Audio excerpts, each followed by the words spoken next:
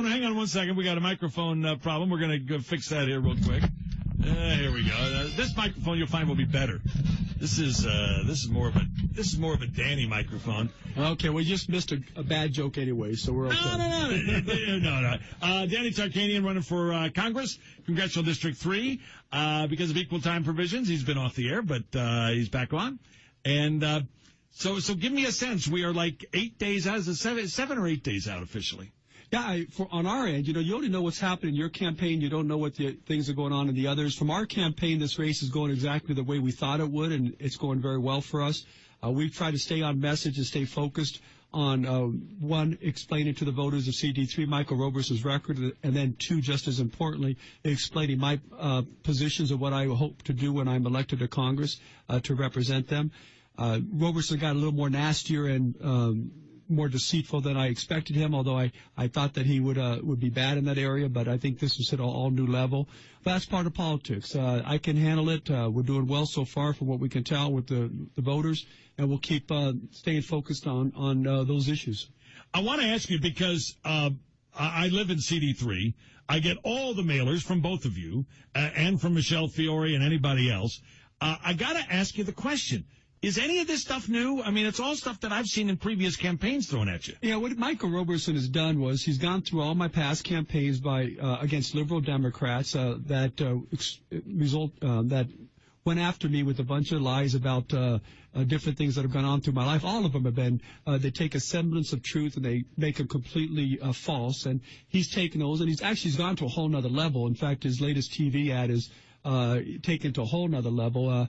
But we expected this from Roberson. He cannot run on his record. We talked about that when I was on your show. He can't sit here and say, hey, vote for me. I voted for the largest tax increase in state's history. Vote for me.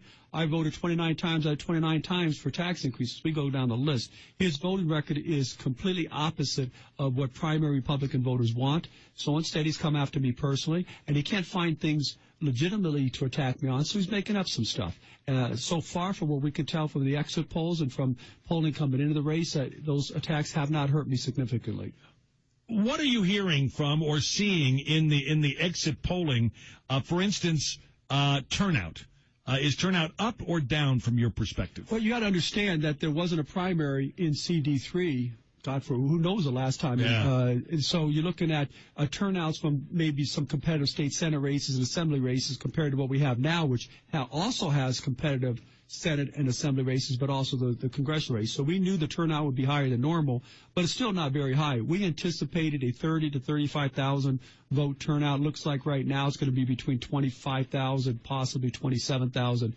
Which means a lower turnout means that only the people most interested in what's going on politically, which usually means the most informed people, are going to get out and vote. And I think that bodes well for my campaign. People that know what's happened politically, what Michael Roberson's record is, knows about what I've done in my position politically throughout the years, and we feel very good about it. I want to ask you, because, if you look at the mailers, you look at the latest TV ad from Roberson, and there are a lot of, it's like they're throwing stuff up against the wall to see what's going to stick.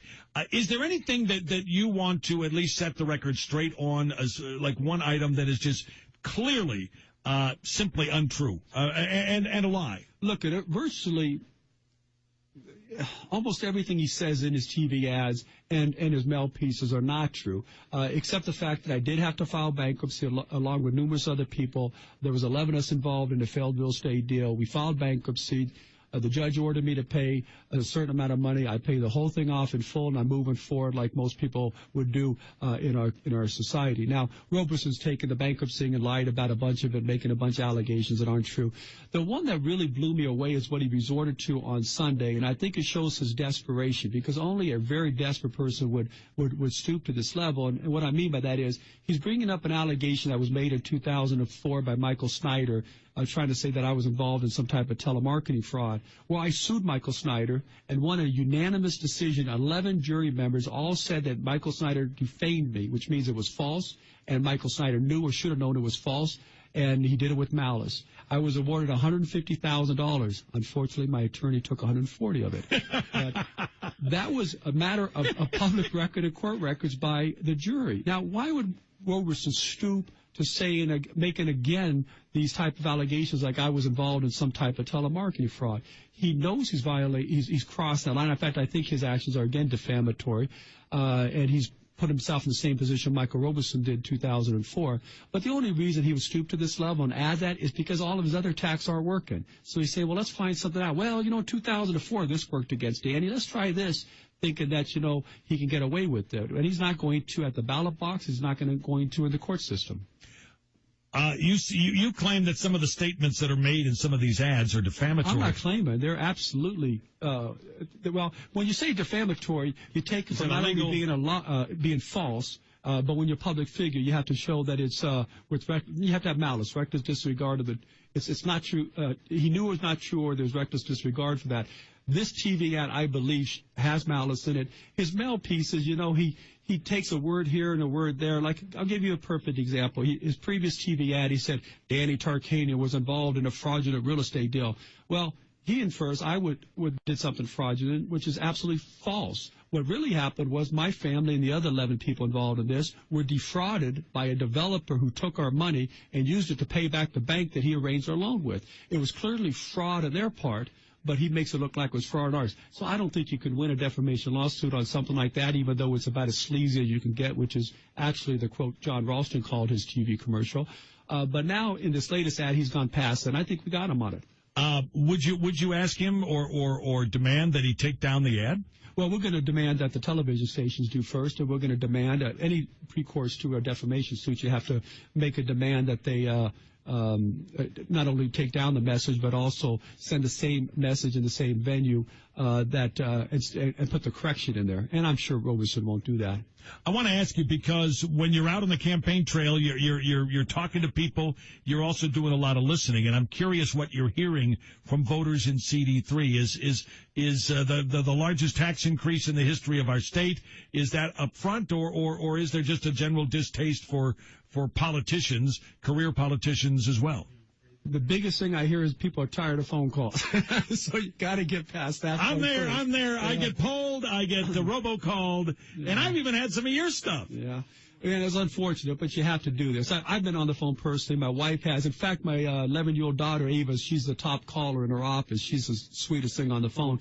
But we're getting the voters. You have to, because when people like Roberson will make these type of outlandish statements, you have to be able to correct it with the few people that do believe it. So we've been doing that. With respect to political issues, the tax increase is a big issue to a lot of people. I think that's probably the one we've heard the most. Immigration's also been a big one that we're hearing a lot. Does the excuse, well, 94% of businesses won't even be impacted by the commerce tax. Roberson stopped that. Now, he did. Oh, yeah, because it wasn't what Roberson had said, along with Irv Nelson. They both lied about this. They said 95% of the businesses had tax deductions or had their taxes lowered. And then PolitiFact called him out as being false on it and untruthful. We hammered Roberson on it, as did Victoria Seaman against Irv Nelson. And I don't know what Irv's done, if he still sent it out, but Roberson stopped after that, and he just came up with another one.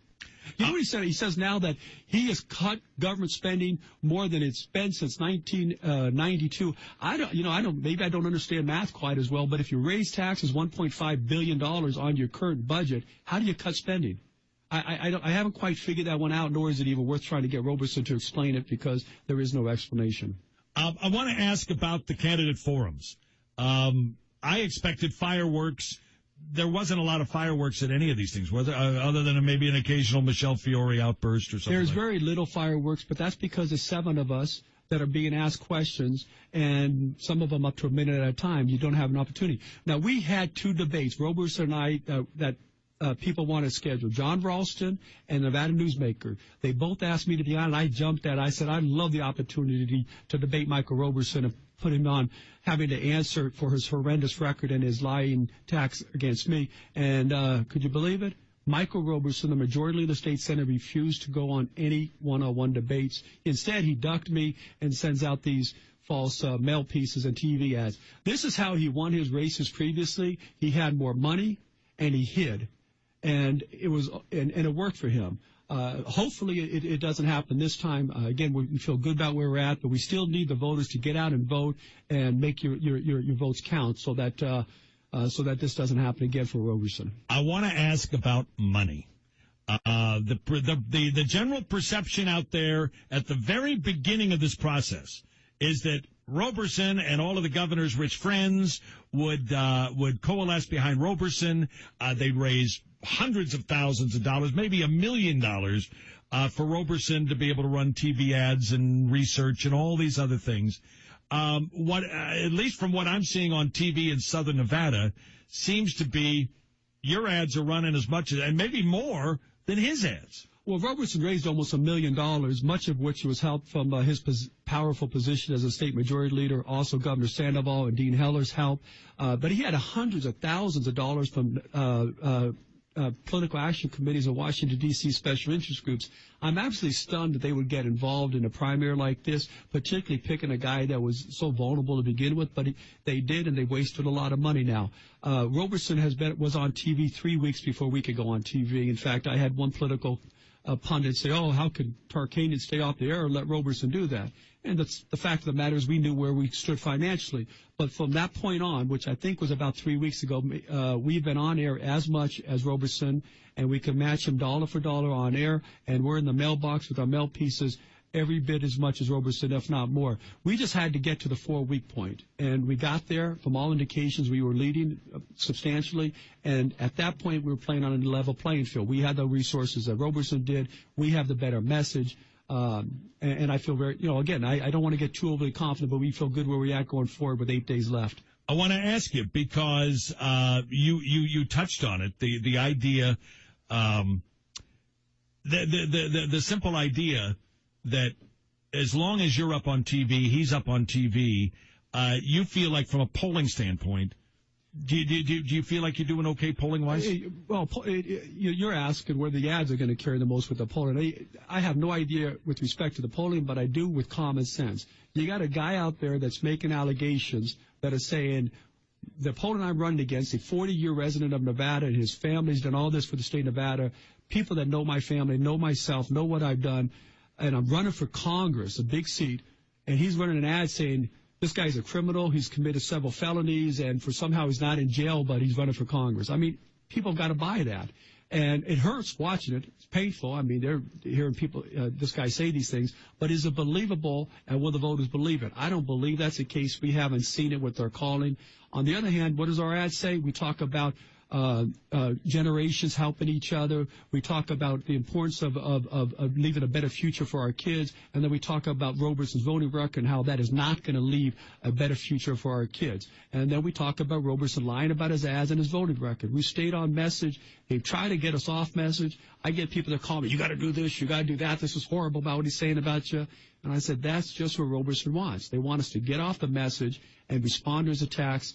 And so far, we stay very, very focused. And I give a lot of credit to my consultants, my wife, and the volunteers that are with me every day in the office, because they keep us all of us keep focused together.